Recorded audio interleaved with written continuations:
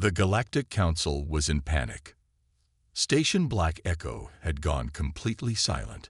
No distress signal, no power, no survivors. Only one thing was found. A single word scratched into a control screen. Awake. That one word shook the council, because they knew what it meant. It meant Project Silent Star had failed. And worse, the human was free. In a high-security meeting on Council Prime, the top races of the galaxy sat around a massive table. The Varniks, the Grill, the Thol, and others. Leaders of advanced alien empires. A blue-skinned alien named Chervol slammed his fist on the table. You said she was contained. You said Earth was destroyed. An insect-like creature hissed. She was the last one. The last human. Just one. She is not just one. Chair growled. She's their weapon. Everyone went silent. Long ago, during the human war, the galaxy had seen something terrible. Not a ship. Not a bomb. A human weapon, shaped like a woman, built to bring planets to their knees. She didn't carry guns. She didn't fire missiles. She controlled them. Through thought. Through touch. Machines listened to her. Ships followed her. Even enemy tech obeyed her commands. She was created at the end of the war, and then captured. The Council thought they had won. They were wrong. Across the galaxy, strange things started happening. Old Earth ships, rusted, forgotten, floating like garbage, woke up. One by one, they came online. Engines roared after centuries of silence. Red lights pulsed again. A forgotten dreadnought near the asteroid fields began to move. A giant carrier in the black zone suddenly turned its cannons toward a council station and fired. No warning. No message. Thousands dead. Back on a neutral world called Tyrion IV, a retired admiral named Cal Thorne was watching the stars. He had once fought in the human war. He was one of the few who survived the final battles. When his communicator beeped, he was shocked. The signal was old, a code not used in over 200 years. He activated it. A female voice came through. "Hello, Cal," she said. "You told me to call you when I woke up." His blood ran cold. "Eva." "I need a crew," she said. "Earth isn't gone. It was only sleeping." He whispered, "You're the last." She replied, "Not anymore." All across space, hidden bunkers opened. Cryopods hissed. Doors unlocked. Humans, forgotten, frozen, hiding, began to rise again. Eva wasn't just a weapon. She was the key. The humans had placed her into enemy hands on purpose. A trap. A plan. She learned everything during her capture. Their codes. Their systems. Their weakness. Now, she was using it. The Galactic Council sent fleets. Massive ones. Dozens of warships from different species. Fast, deadly, high-tech. They surrounded one old Earth ship drifting near a gas giant. "Identify yourself," the commander shouted. The Earth ship said nothing. Then, from its speakers, a soft voice came. "You shouldn't have touched me." The entire fleet's weapons shut off. The engines died. The ships began to spin. Then, they exploded from the inside. In the command room of Council Prime, panic broke out. "How is she doing this?" A general shouted. "We control the network." "No," Chervol whispered. "We use the network. She owns it. The humans built it before we even walked the stars." Another leader trembled. "She's turning our own machines against us." And then the screens went black. All of them. Then one screen lit up. Eva's face appeared. Cold. Calm. Alive. "I'm not here for peace," she said. "I'm here for balance. We gave you mercy." Someone shouted. "We spared Earth." "No," Eva replied. "You feared Earth. And now you remember why." From deep space, the Ark moved. The Ark was the largest human ship ever built, so big it had its own gravity. It was thought destroyed. But now, It burned through the stars like a reborn god. And it was coming. With Eva inside, with Earth's secret fleet behind it, with revenge. The sky above Earth was no longer quiet. Dark clouds formed, not from storms, but from rising ships, hundreds of them. Massive carriers lifted from hidden launch zones. Stealth cruisers, long buried underground, surfaced from dry deserts. Some ships were old, older than anyone remembered, yet their hulls still shined like they were new. The people of Earth watched from rooftops, fields, and city windows. Children cheered. Elders stood with silent pride. They knew what these ships meant. Earth was waking up. Deep beneath the surface of Alaska, in a base sealed for centuries, alarms echoed. A giant metal door opened, releasing steam and lights. Inside the hangar stood a fleet of warships not seen since Earth's last great war, Project Valkyrie. Each ship was black, sleek, covered in armor made from a forgotten metal, stronger than steel, lighter than air. No alien had ever faced these before. One by one, the ships powered on. Artificial minds blinked awake. These weren't just machines. They had memory. They had loyalty. They remembered the last war, and they remembered their creators, humans. They were ready to serve again. At the same time, far above Earth's orbit, something massive moved. It was the Obsidian Fang, a legendary supercarrier the Council thought Earth had destroyed long ago. It hadn't. It had been hidden inside a hollowed asteroid, waiting, sleeping. Now, its engines came alive. 20 kilometers long, 10 docking bays, enough firepower to turn a moon into dust. As it turned toward deep space, its old captain walked across the main bridge. Admiral Cora Matthews, 93 years old, a war hero, fought dead. She stood tall in her uniform, the stars of Earth's flag on her chest. Her voice was calm as she spoke. "Wake all systems. Set course for Zeta 9. This ends now." All over Earth, military bases received the signal. Operation Phoenix. The code was simple, old, and powerful. Every commander knew what it meant. Strike back. Hard. Without mercy. Colonies near Earth began sending volunteers. Even outer planets like Mars and Europa joined. Old space stations were armed again. Civilian ships were refitted with weapons. Miners became pilots. Farmers became engineers. The entire human race stood together. This war was not just for revenge. It was for justice. Meanwhile, the Galactic Council was still blind. Their spies sent reports, but most leaders ignored them. "Earth can't do anything," one senator said. "They are just noise." But a few aliens weren't so sure, especially Council Admiral Dravkor of the Full Empire. He was old, careful, and had fought many wars. Something about Earth's silence now felt dangerous. He called for emergency scans of the solar system. What he found made his blood freeze. There were human ships everywhere, hundreds, thousands, and some were simply invisible to Council tech. They didn't appear on scanners. They left no trace. These weren't the human ships the Council had seen before. These were ghosts with teeth. Back on Earth, the United Human Nations prepared for war. Leaders gathered. Plans were made. Targets were selected. But one target stood above all. Council headquarters on Viral Prime, the same place where the order to bomb Zeta 9 was given.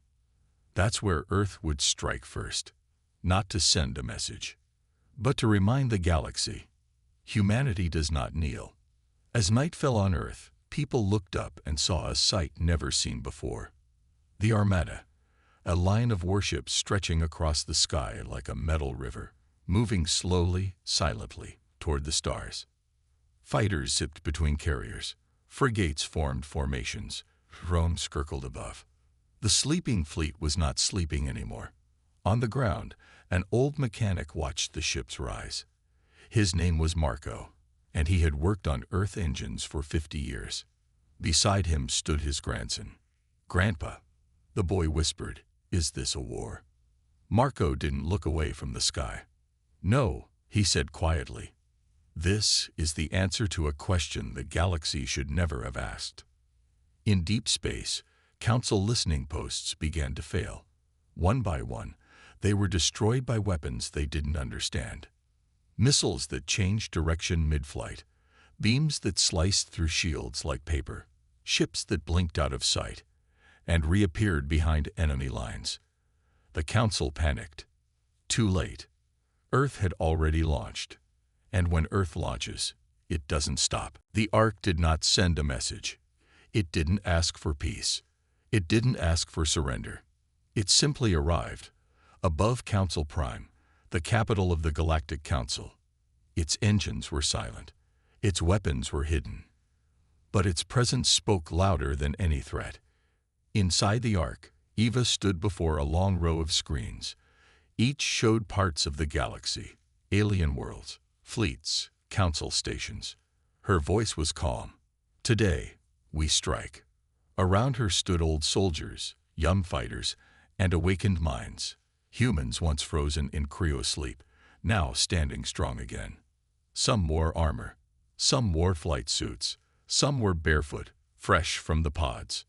All had one thing in common. They remembered Earth. Back on Council Prime, alarms screamed. The planetary shield buzzed with energy. Dozens of alien ships rose from the surface, ready to fight.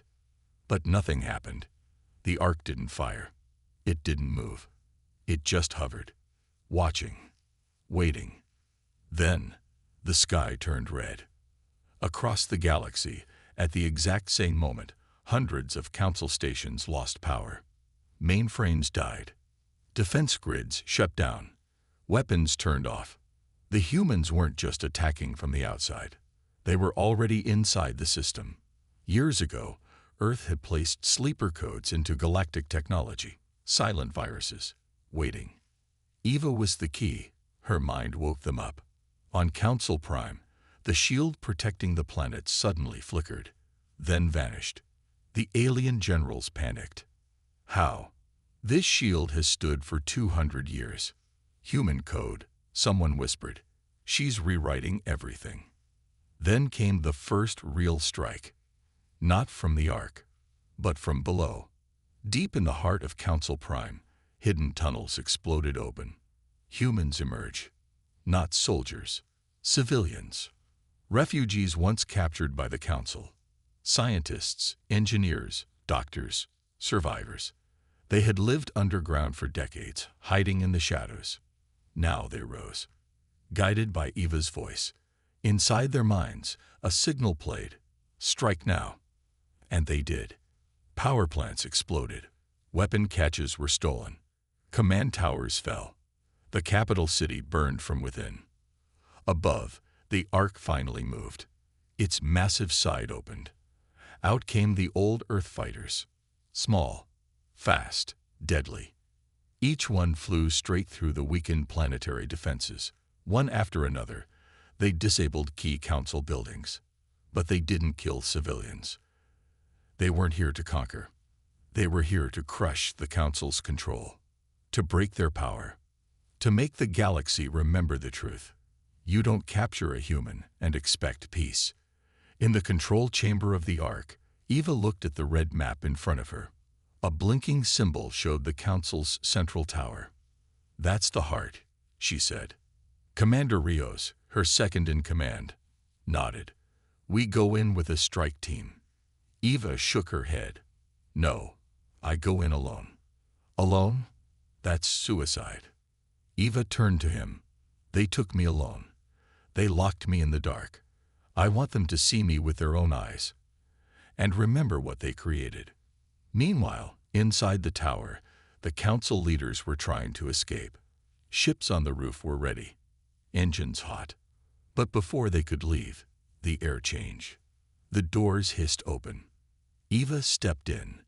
No armor, no weapon, just her presence, just her eyes. One counselor stepped back. "You shouldn't be alive." Eva said nothing. With a wave of her hand, their escaped ships powered down. With another, the lights in the tower went out, except for a spotlight shining on her. "You broke Earth," she said. "Now, Earth breaks you." Boom. From space, the top of the tower exploded. The arc watched silently. It had begun. The first strike was not the end. It was only the beginning. The Council didn't expect Earth to move so fast. They thought humans would wait, speak, beg. They were wrong. Humanity was already in motion, and the first strike had already been launched. Target: Viral Prime. Viral Prime was the heart of the Galactic Council, a planet full of glass towers, glowing rings of satellites, and floating palaces. It had never seen war. Not even once. Why would it? No one had ever dared to attack it. Until now. It began with silence. No warning. No signals. Just silence. Then, in the blink of an eye, 10 black ships appeared in the skies above the planet. They didn't come through gates. They didn't land. They just appeared, as if they had always been there, cloaked by shadows and secrets. They were the Phantom-class destroyers, built in secret, powered by ancient cores, faster than light, silent as ghosts.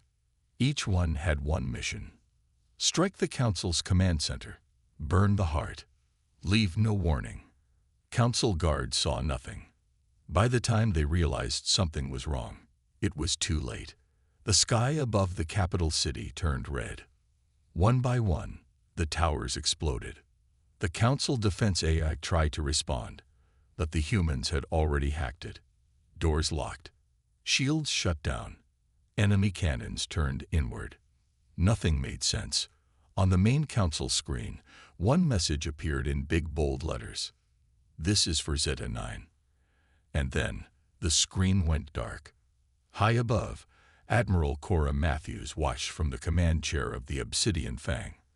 The massive supercarrier hovered in orbit, hidden from enemy scanners. She stared at the burning lights of Viral Prime. "They thought we'd forget," she said quietly. They were wrong. She turned to her crew. Phase 2. Begin. Council panic. The surviving Council members scrambled to respond. Admiral Dravkor, one of the oldest and wisest alien commanders, stood frozen. He had warned them. He told them humans were not weak. That Earth had secrets. That humans never forget. No one had listened. Now, everything was falling apart. "They're monsters," one Council officer shouted. "No," Dravkor said coldly. "They're just humans with nothing left to lose." Earth's secret weapon, EMP Ravens. As the destroyers vanished into space, another wave began. Small, fast drones shaped like birds entered Council space. They were called EMP Ravens.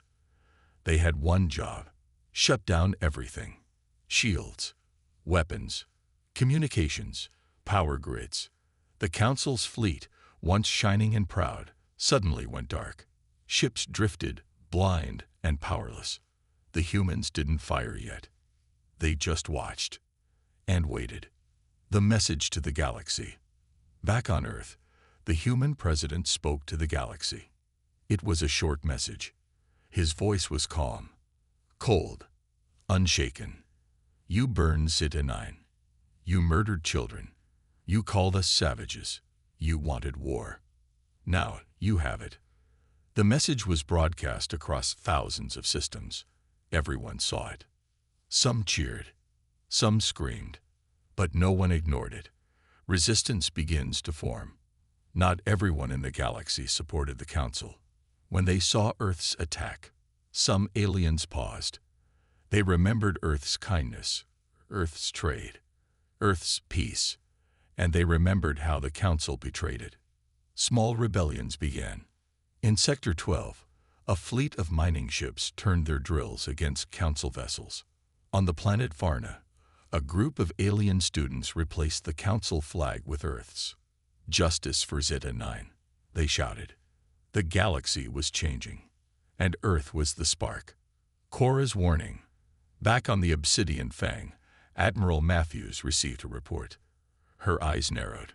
The Council was gathering its main fleet. 1,000,000 ships. 4 empires, all headed for Earth. She stood and gave one simple order.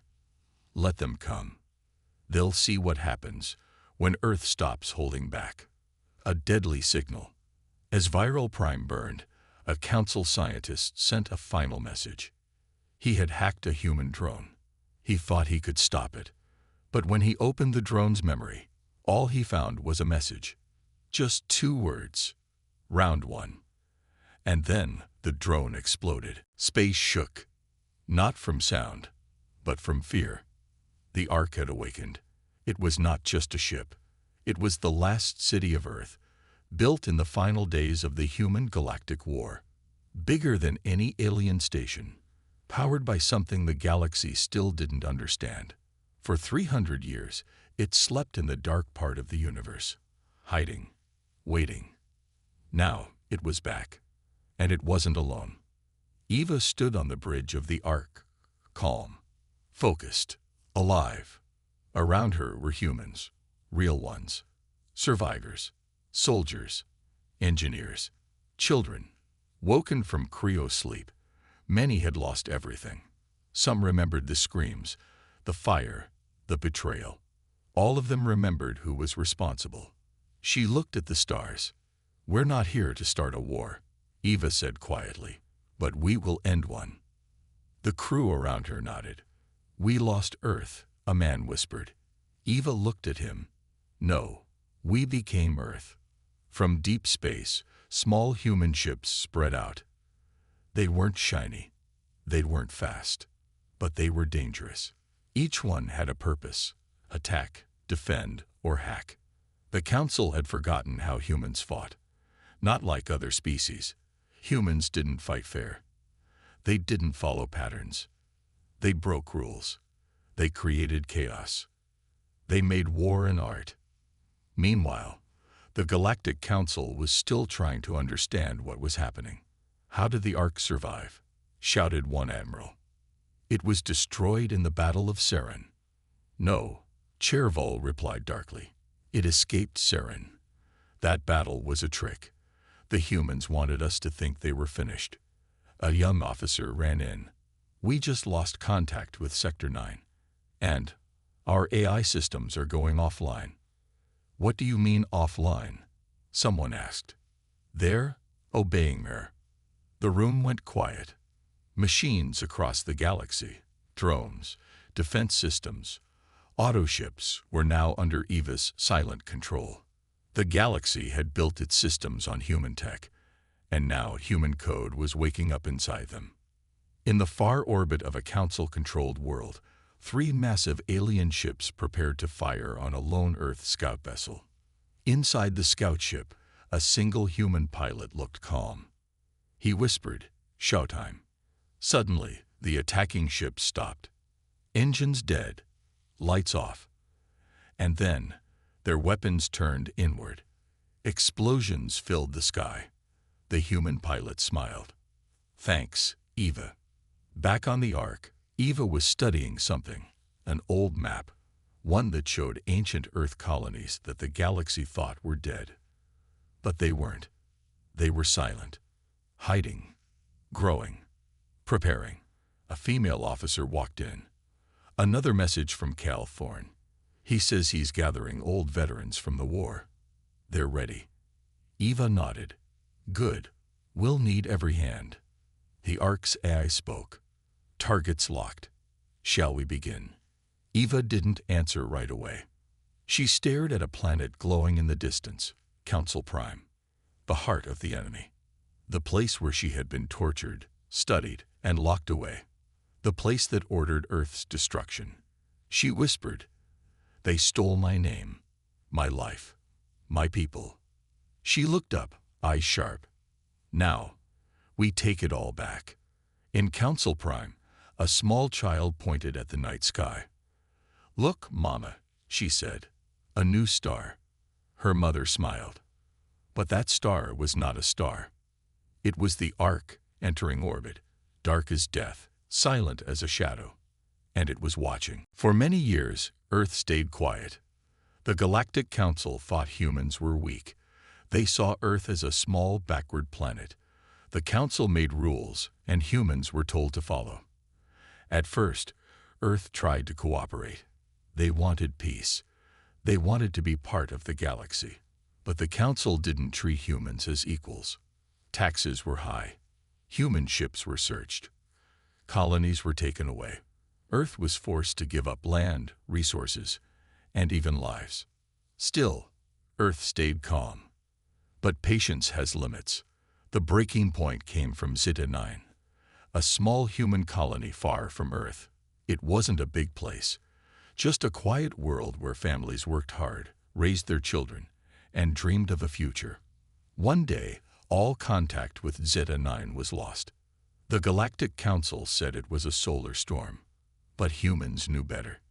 A secret recording was smuggled back to Earth. A damaged escape pod, floating in deep space, was found by a civilian ship. Inside it was a dead pilot. His fingers were burned, his suit torn, but the memory chip in his helmet survived. When Earth's scientists unlocked the file, the truth became clear. The video showed alien warships, council ships, bombing Zeta 9 from orbit. People screamed. Buildings fell. Fire covered the ground. Children ran, but there was nowhere to go. And then, one last message appeared on the screen. A voice from the alien commander. Submit or vanish. The Earth Council watched the video in silence. No one spoke. Not the generals. Not the diplomats. Not even the president. The next day, Earth's president stood before the United Human Nations. The world watched, holding its breath. She looked into the camera. Her face was calm, but her eyes were full of fire. She said only 5 words. "We will strike at dawn." And with that, Earth changed. No more silence. No more patience. War was coming. But the galaxy didn't know what Earth had been hiding. Across the planet, old factories came to life. Massive doors opened beneath mountains. Lights turned on in deep bunkers. Satellites shifted position. Hidden codes activated. In the oceans, something moved. The people of Earth began to whisper. Stories from the past came back. Stories about black ships sleeping under the waves. Ships from a time when Earth fought its own great wars. Ships so advanced, the galaxy had never seen their kind. Most thought these were myths. They were wrong. From the dark waters of the Pacific Ocean, a shadow rose, bigger than any human ship seen in 300 years. Its name was Eclipse 7. It had no crew. It didn't need one. Its systems turned on by themselves. Its engines roared quietly, shaking the sea. It lifted into the air slowly, like a ghost waking from a deep sleep. Then it disappeared into the sky. Satellites from other alien worlds tried to track it. They failed. On Earth, secret messages were sent to old captains, men and women who had once worn the stars on their shoulders. Veterans of forgotten wars were called back. Not all of them answered with words. Some simply packed their bags and walked toward the spaceports. They had been waiting for this day. Above Earth, unknown signals began to pulse. The Council's spy ships watched from a distance, but they couldn't understand what they were seeing. The code was too old, too human. Something was coming. In a council room far from Earth, alien leaders argued. Some wanted to strike Earth now, while it was still preparing. Others laughed and said humans were bluffing. "They're just noise," said one. "Primitive," said another. "They can't harm us." But deep in space, a lone council scout ship tried to get closer to Earth. It moved slowly, its sensors wide open, recording everything. The pilot laughed as he saw something strange, a dark spot moving fast toward him. Suddenly, all systems died. 1 second later, the ship exploded into dust. No warning, no communication, just silence. Back on Earth, the people knew something was different. News channels were quiet. The skies had more ships. Soldiers moved quickly across cities. No one said the word, but everyone felt it. War. But this time, Earth would not wait. The Council thought humans were weak. But now, humans were angry. And an angry Earth is not something the galaxy has ever seen before. This was not the beginning of war. This was the end of waiting.